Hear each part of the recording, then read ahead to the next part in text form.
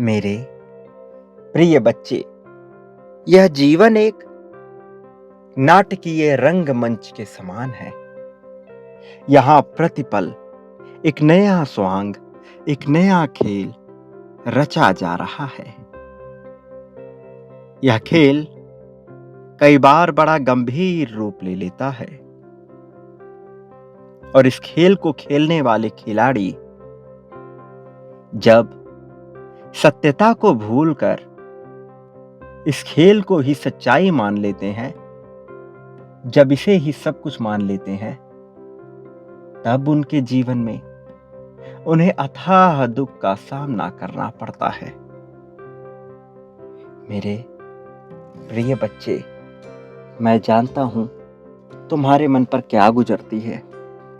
मैं जानता हूं तुम निरंतर क्या सोचा करते हो और मैं तुम्हें यह बता देना चाहता हूं कि तुम्हें इस जीवन को अत्यधिक गंभीर रूप से सोचने की आवश्यकता नहीं है।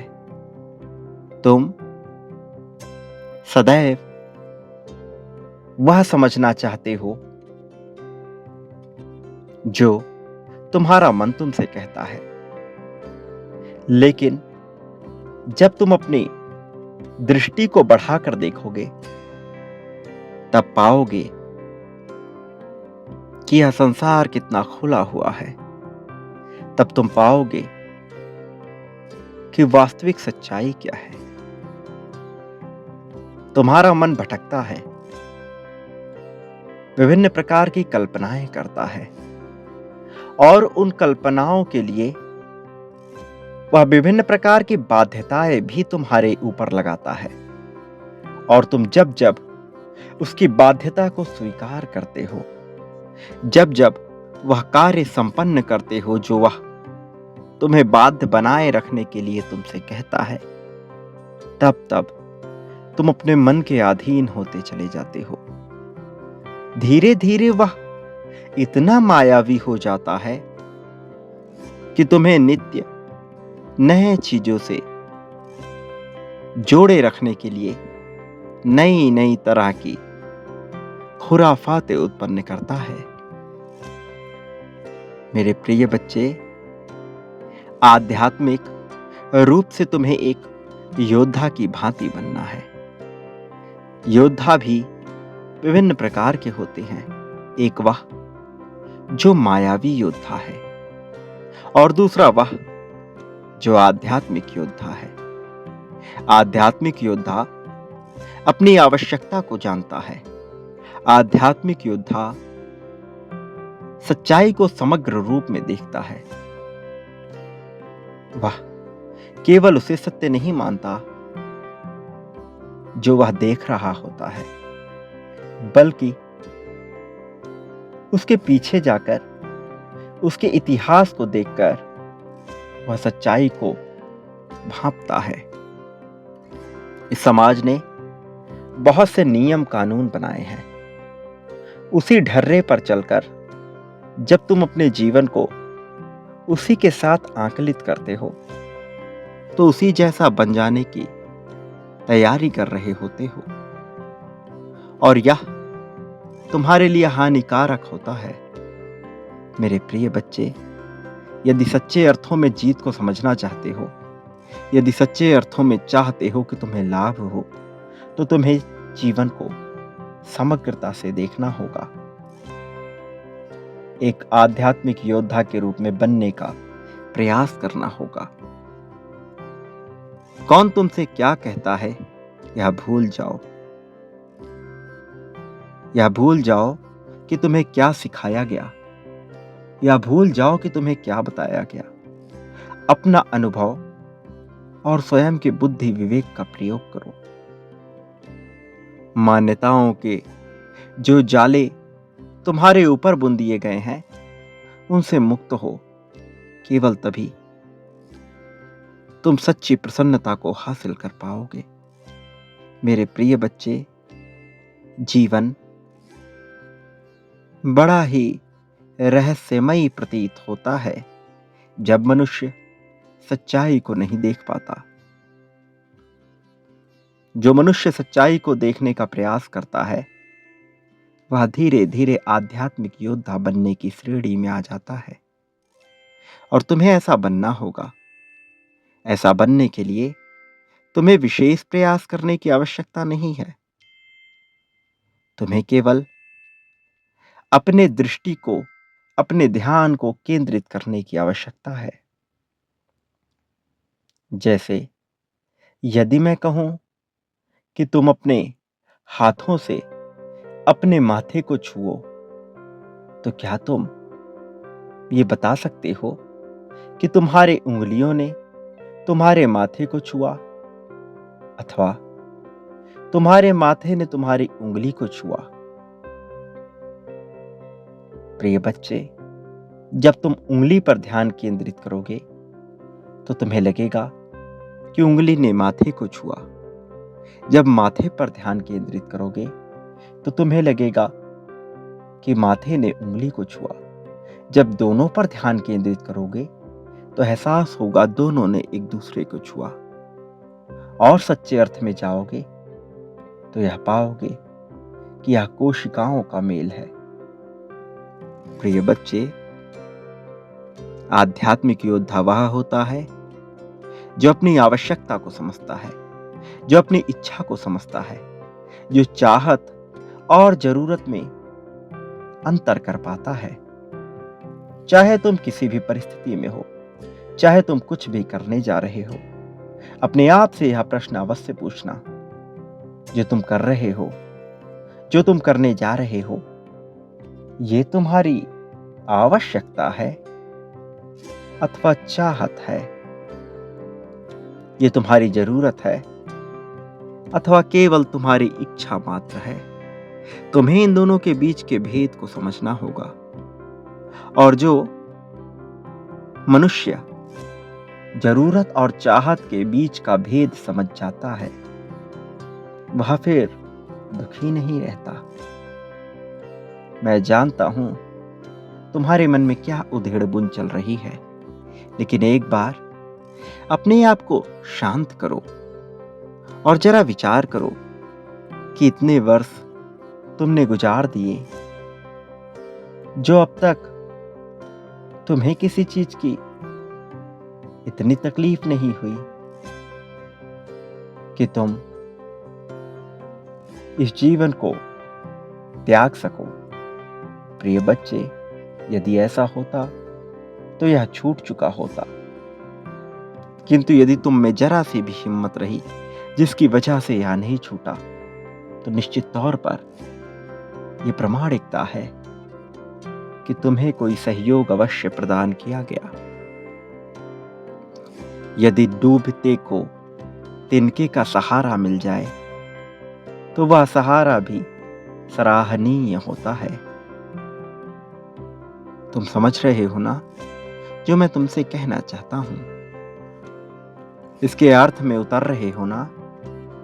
प्रिय बच्चे, जीवन को समग्रता से देखो। निश्चित तौर पर तुमने बहुत कुछ सहा है, निश्चित तौर पर तुमने बहुत तकलीफ झेली है, इतनी तकलीफें जिसे मैं बयां भी नहीं कर सकता। लेकिन मैं इतना जानता हूं कि तुम बेहद ही साहसी, हिम्मतवान मनुष्य हो। तुम प्रेम को पाने के इच्छुक हो। तुम इस संसार में करुणा और दया को फैलाने के लिए लाए गए हो। तुम्हारा उद्देश्य बड़ा विशाल है और तुम अपने उद्देश्य को पाए बिना कभी भी हारोगे नहीं। चाहे कितनी ही तकलीफ क्यों ना आए, अंततः विजय तो तुम्हारी ही होनी है। तुम पर ऐसा आशीर्वाद बरकरार है।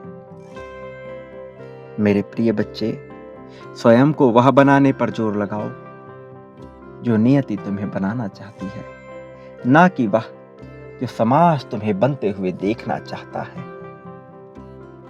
चाहे कोई भी परिस्थिति हो, चाहे तुम्हारा कार्य क्षेत्र कुछ भी हो, चाहे तुम्हारा परिवार हो, चाहे तुम्हारा प्रेम हो, चाहे समाज हो, तुम्हें कहीं भी किसी भी हाल में भयभीत होने की आवश्यकता नहीं।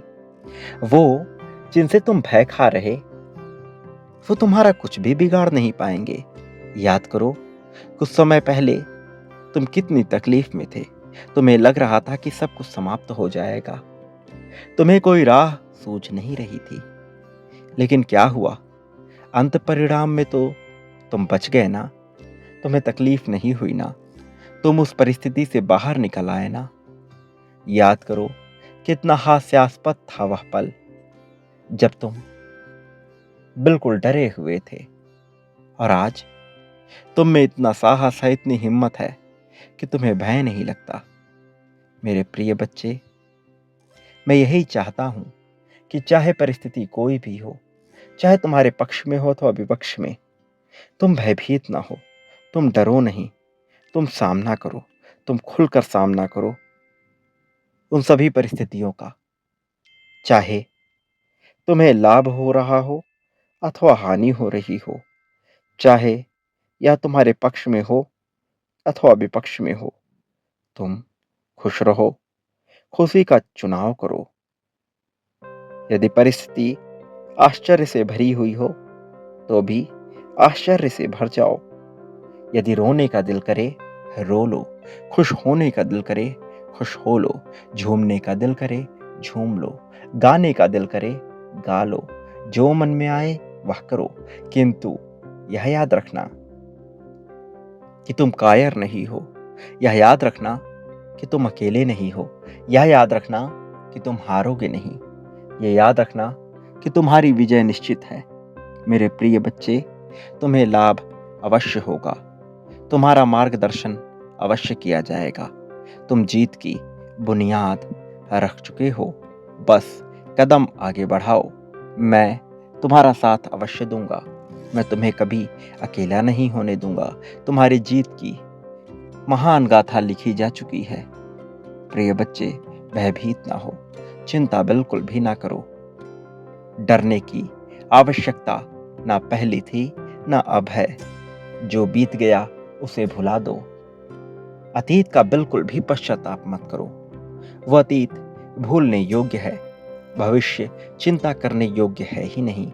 इसलिए बेवजह की बातों पर अपना दिमाग ना लगाओ, केवल अपने जीवन को साधारण अर्थों में समझो और उसी पर पूरा ध्यान केंद्रित करो। तुम्हें लाभ अवश्य होगा, तुम्हारी विजय अवश्य होगी, ऐसा मैं रच चुका हूं। और नियति के पक्ष में जो मैंने रच दिया उसे टाला नहीं जा सकेगा। मेरे प्रिय बच्चे, मेरा तुम्हारे प्रति अनंत प्रेम है, तुम्हारा मेरे प्रति अनंत श्रद्धा है। इसे यूं ही बरकरार रहने दो, एक दूसरे के साथ सामंजस्य बना रहने दो। लाभ की परिस्थिति है, इसका पूरा लाभ उठाना ही होगा। एक बात याद रखो, तुम इस संसार में जो कुछ भी बांटते हो, बदले में अपने लिए वह प्राप्त करते हो। प्रतिदिन जो बांटते हो, बदले में उसकी ही कर्मों के आधार पर तुम्हारे लिए भविष्य का निर्माण हो रहा है। प्रेम, धन, त्याग, संपत्ति, समृद्धि, दुख, सुख, शोक, ईर्ष्या, आशोक, अपनापन, मित्रता, दुराव, ममता, सहानुभूति, दया, जो बांटोगे बदले में कई गुना ज्यादा मात्रा में उसे प्राप्त करोगे। मेरे प्रिय बच्चे, यह तुम्हारे लिए आवश्यक है, बेहद जरूरी है, ऐसा अवश्य करो। प्रिय बच्चे, मेरी बातों को ध्यानपूर्वक सुनो। इसी क्षण तुम्हें संख्या 5555 लिखनी है। ऐसा लिखकर तुम्हें अपनी जीत की पुष्टि करनी है। यह तुम्हारे लिए बहुत जरूरी है। अपनी जीत को अवश्य लिखना। तुम जीत रहे हो, इस बात को अवश्य लिखना। मेरे प्रिय, मैंने सदा तुम्हारा साथ दिया है, मैं आगे भी तुम्हारा साथ दूंगा। तुम्हें जीत की राह पर ले जाऊंगा, तुम्हारे भविष्य को उज्जवल बनाऊंगा। मैं तुम्हें कभी थकने हारने नहीं दूंगा। सदा याद रखो, मैं हर पल में तुम्हारे साथ हूँ। मेरा आशीर्वाद, मेरी शक्तियाँ तुम्हारे साथ है। मेरे आने वाले संदेशों की अवश्य प्रतीक्षा करना। मैं अवश्य आऊँगा तुम्हारा मार्गदर्शन करने, तुम्हें जीत दिलाने, तुम्हें जीत की राह पर तुम्हारी उंगलियां पकड़कर तुम्हें आगे ले जाने के लिए। सदा याद रखो, जो बांटोगे वह पाओगे, यही तुम्हारी नियति है।